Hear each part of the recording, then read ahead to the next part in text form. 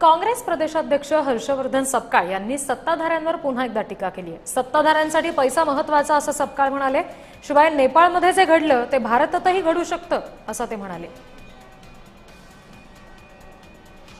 या निवडणुकीत जो तमाशा मांडला भारतीय जनता पक्षाने, शिवसेना शिंदे गटाने आणि त्यासोबतच अजित पवारांच्या एनसीपीने जो तमाशा जो केला होता, त्यातून घेतलेला जो वग आहे तो वग म्हणजे पैसा फेक तमाशा देख हा वगनाट्य त्यांनी महाराष्ट्राच्या लोकशाहीचा धिंगा वाजवत असताना या ठिकाणी पाळलं।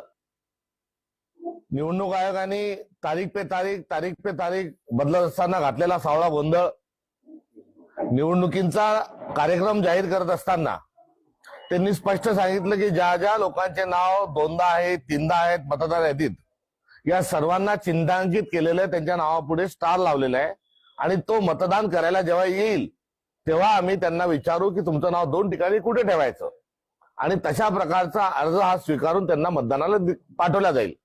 मात्र त्यात असलेल्या चिन्हांकित मतदार यादीचा कुठलाही वापर हा निवडणूक आयोगाने केला नाही।